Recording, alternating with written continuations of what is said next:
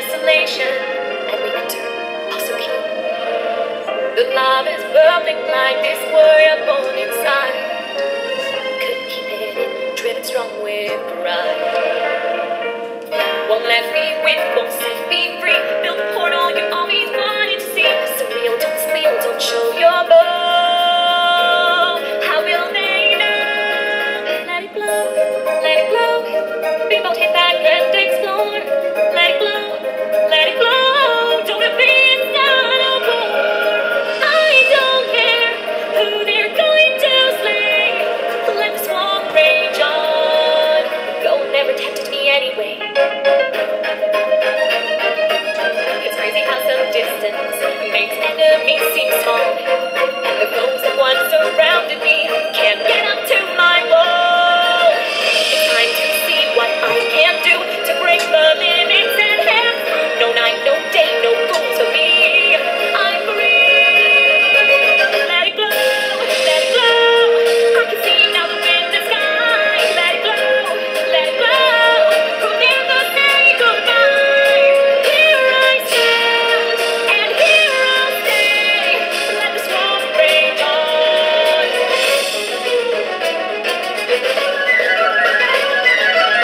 My power worries those who dwell below the ground. My soul is spiraling in molten fractals all around. And when the tear realizes like a flaming blast, I'm never going back. The ghost is in the past. Let it go, and I'll rise like sage and soar.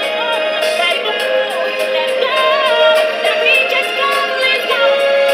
Here I stand in the light of day. Let the swamp rage on. The gold never tempted me anyway. Hey, what's going on, guys? Cody. Okay, I want to play the ending because this video is going to be longer and I don't need it to be, sadly, as long as the other video. That was a special treat for you guys. You guys got a 25-minute video yesterday. So yeah. That is Let It Go, a Minecraft parody of Disney's Frozen Let It Go, and that is by the Atlantic Craft, I think. Yeah. So, yesterday from my stepbrother is, hold on.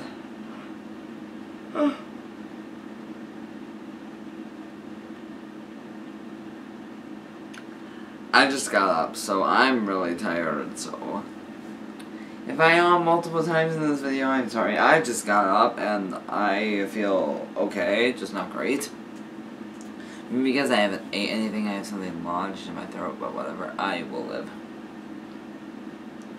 So, and my stepbrother, trying to think. Tommy, Corey, Trace, and Zeke they all went out on a double date. Trace was, Corey, and, Tommy, and, Zeke. And, during their dinner, Corey wanted, Zeke to kiss Tommy, and he's like, well, we're not official yet, and Tommy's like, oh, hell with it.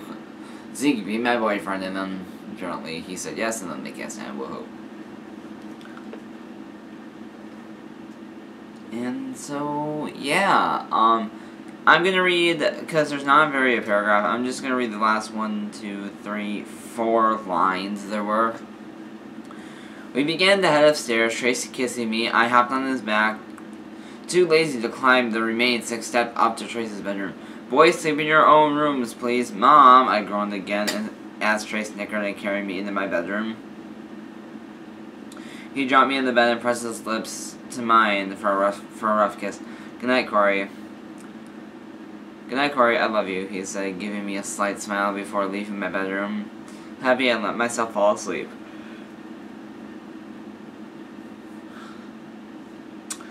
My Stepbrother, Chapter 29. Is it right yet? No. Oh, well, how about now? No. Now? No, Corey, don't make me say no again. Hey, Trace. Yes, Corey? Would you fuck Zeke? No, Corey. Huh, you said no. I lose. Huh, you said no. I lose. I ducked behind the counter before Trace could kill me. He came over and stood above me. He raised an eyebrow and shook his head, sighing in annoyance. Hey Trace. Yes, Corey? Is it right now? He kicked me and I grumbled out a stern a cuss word. Trace knelt down and pulled me under my feet, keeping his arms around me. Let me distract you while we wait for the last 20 fucking seconds for it to be ready. He snapped. He pressed his lips on mine deeply, and I grinned to myself. Hey, I could live with this for the next 20 seconds. The timer on the microwave began to go off. I jumped away from Trace and shoved him towards the microwave. Trace, get my food, I commanded. I skipped over the table and made myself comfortable as Trace handed me a plate of... I think that's guacamole with some heated sauce. I smiled happily and began to wolf my food down. Man, I must have been dying of starvation. I mean, I do that a lot. Starve, not die. I didn't die all that often. I don't think that was very healthy. Jeez, Corey, calm down, Trace said, watching me eat. If I wanted to come back, I would have wiped it off your chin, bitch. I growled, wrapping my arms around my food protectively. Trace smirked. Oh, really? He asked, lust entering his eyes.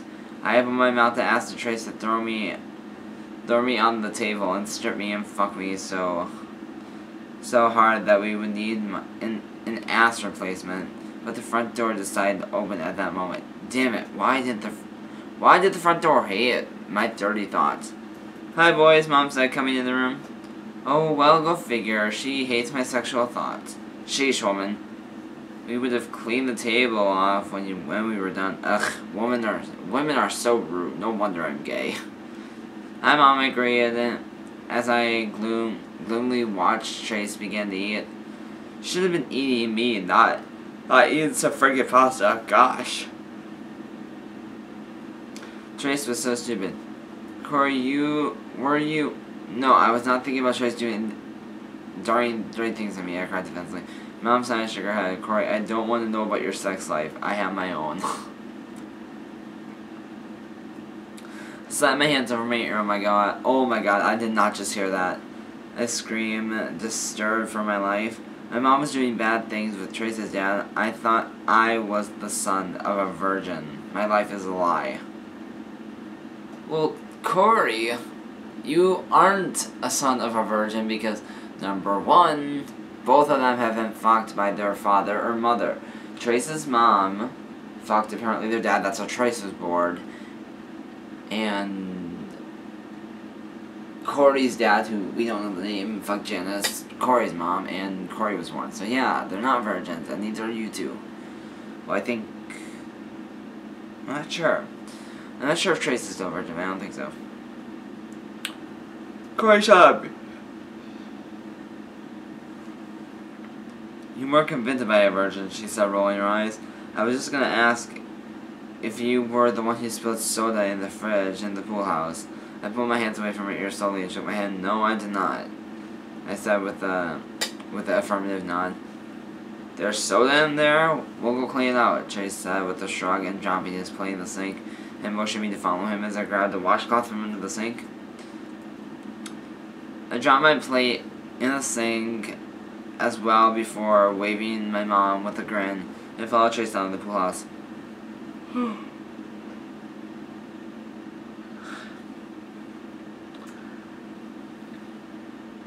I moved towards the fridge, but Trace grabbed my wrist and dragged me toward the ladder. Trace, where are we going? I asked in confusion, glancing over my shoulder at the refrigerator. How we come out here to clean it? Upstairs. Trace said simply. I followed him up the ladder, wondering what the hell we were doing in the attic.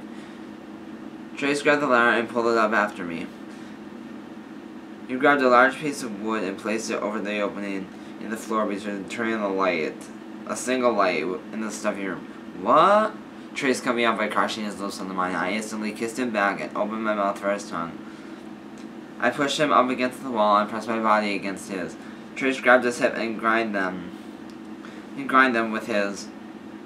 I hurriedly pulled Trace's shirt off, and he let my hands explore his chest, running them over his abs and smirking as I felt his body shiver under my touch. I felt Trace growing excited and hooked his thumbs into his pants and pulled away from his lips and kissed his neck until I found a soft spot. I began to suck his neck, and why? Yes, I felt something mighty fine pride as I entered myself a moment from Trace Sanders. This is right, ladies and gents. Corey Arnold Sanders, he the Mona, Trace Nicholas Sanders. I kissed down his chest, I kissed down his neck to his chest, then down his chest to his waistline of his jeans. I found myself sinking to my knees and my hands trembling as I unzipped Trace's pants and took his erection in my hands. Trace's body went stiff as he bit his lips, squeezing his eyes shut as I began to stroke him. I put Trace in my mouth and began to suck him. He bit his lip harder, so I sucked him harder. Waited to hear him moan again. Corey, he moaned. I grinned to myself, wanting him to feel the way I had. I let my tongue run over his tip. Trace whimpered and worked his hips with my mouth. Trace groaned as he came into my mouth. I stood up and flung my arms around his neck and kissing him deeply and sucking on his bottom lip. His hands gripped his jeans. He grabbed my hand and pulled them back up to his neck, smirking as I gave him a confused look. No, we need to clean the refrigerator, he said with a wink. But Trace, I whined. Do you? What do you, Trace? He asked. I flipped him off.